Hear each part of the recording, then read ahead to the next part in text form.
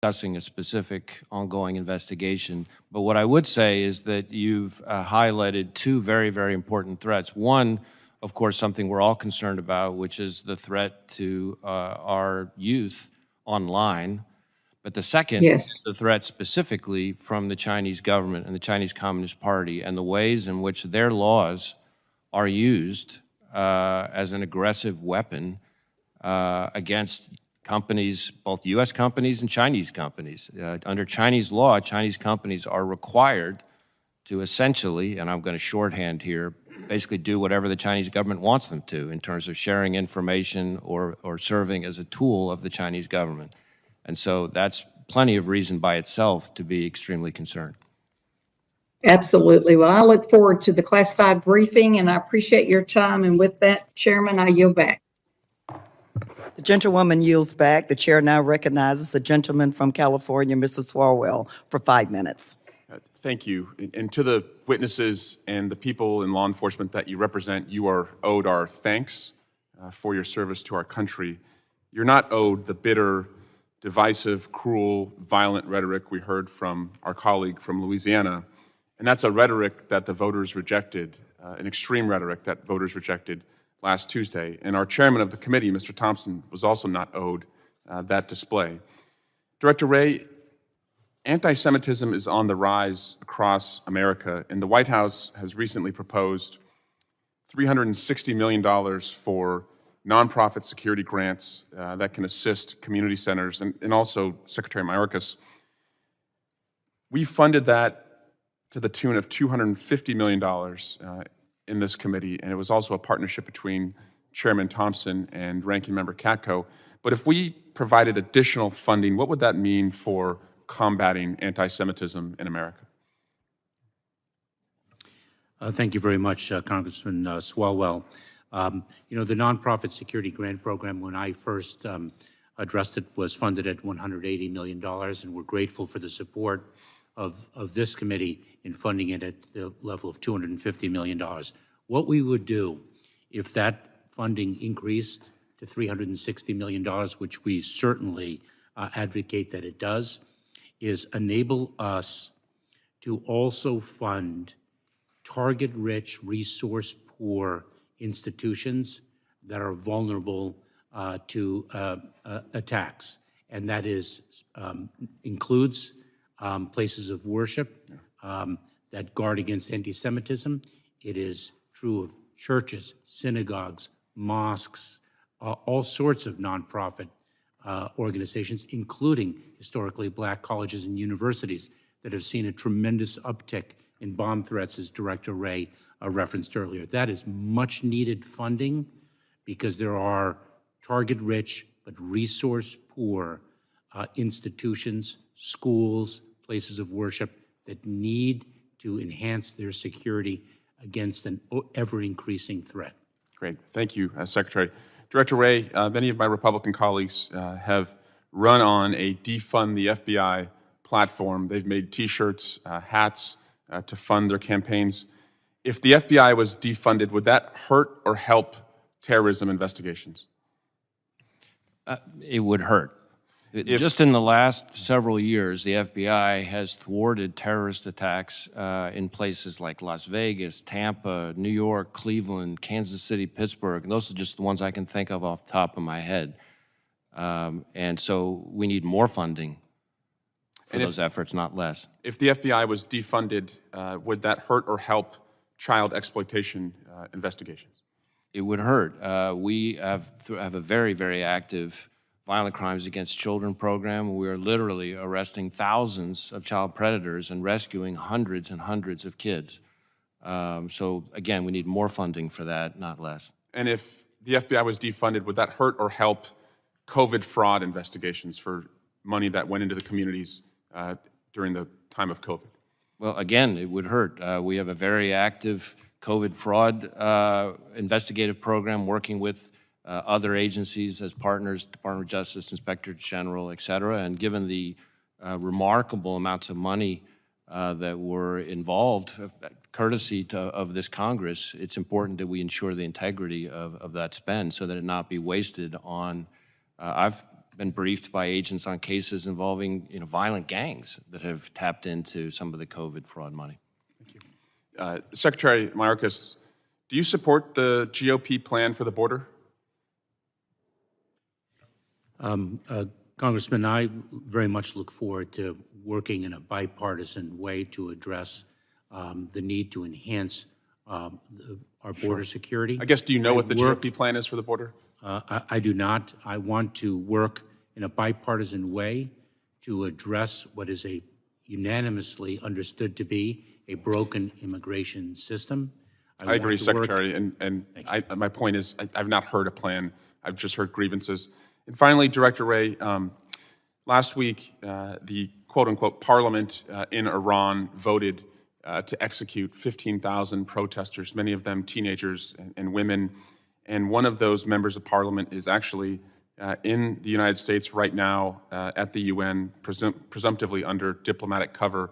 Do we need more resources, or should we reconsider who we allow to come to the United States, after you've voted for such an atrocity? It just really concerns me that people could be enjoying themselves in New York after signing, a death warrant for 15,000 innocent Iranians who just want freedom. Gentleman's time has expired. Director, you can answer the question.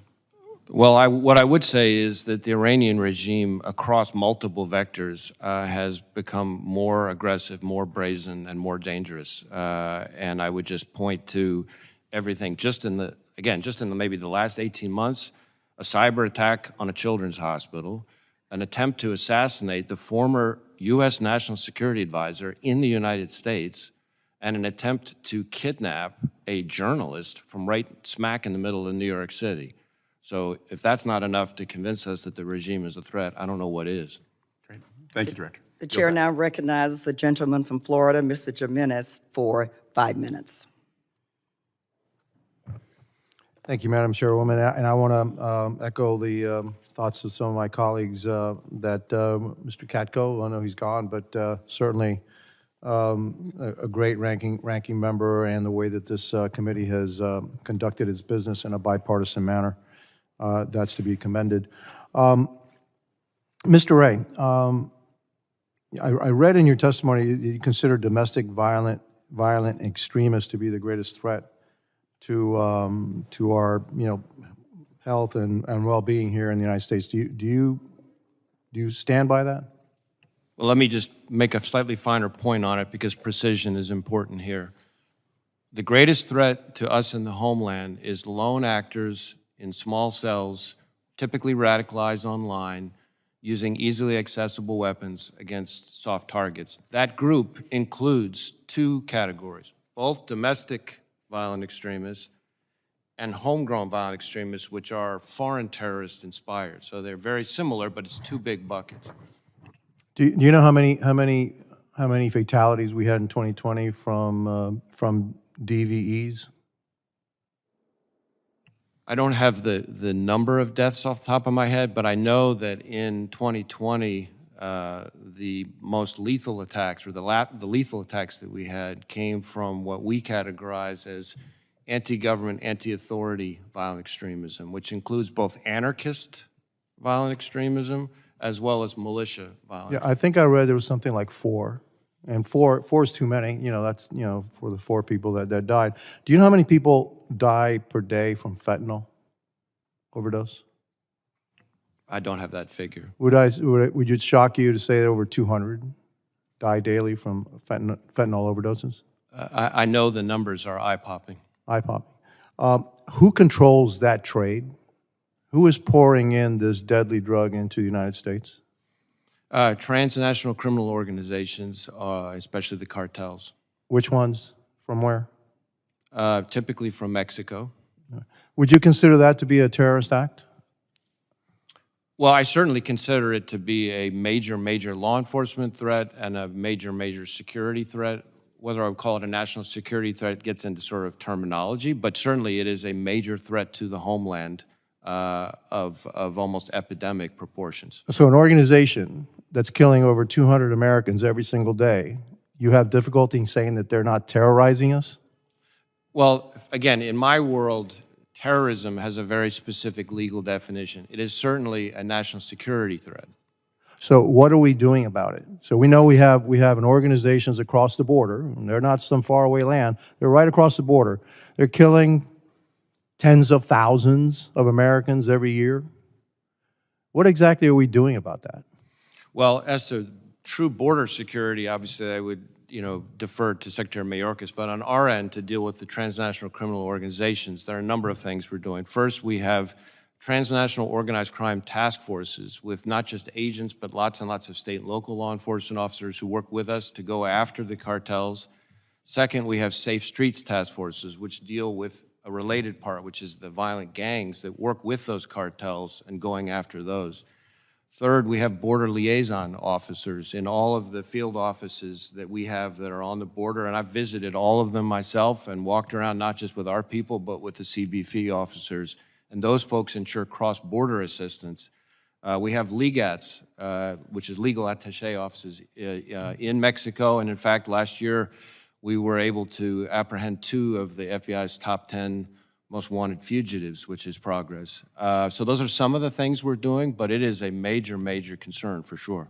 Have we done anything with the government of Mexico, warned them, et cetera, that they need to step up their war against these cartels? Because again, these cartels are killing tens of thousands of Americans. You know, a foreign group in 2000 killed about 3,000 Americans, and we responded by waging war for about 20 years, halfway around the world.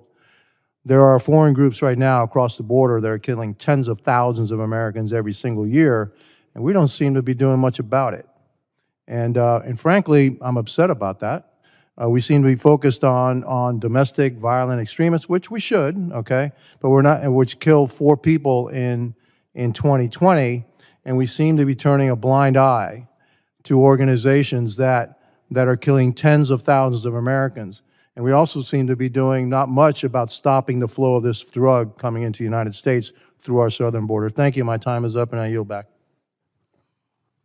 The gentleman yields back. Let me just correct the record. 2019, most lethal year for DVE attacks. DEVs were responsible for 32 deaths in 2019. The chair now recognizes the gentlewoman from Nevada, Ms. Titus, for 5 minutes. Thank you very much.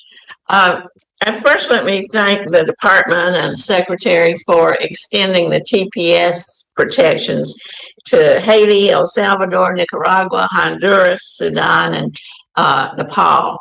I have a very diverse district, many people from Central America who will be benefited from this, and I just want to thank you. I appreciate that effort.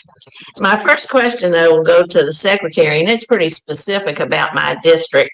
I apologize if it's too parochial, but Las Vegas is very excited to be getting the Formula One event for next November. They're going to be racing for 3 days up and down the strip. They're going to be close to all these major hotels. A lot of people are going to be there watching this race, and I want to make sure that the event receives the appropriate SEER, I think is the acronym, Special Event Assessment Rating. I just heard the director mention that Las Vegas is a place where they're always looking for terrorists, or we've seen terrorist threats. So could you talk about how the criteria for these SEER designations work, how that's been updated, how today differs from so much in the past that would accommodate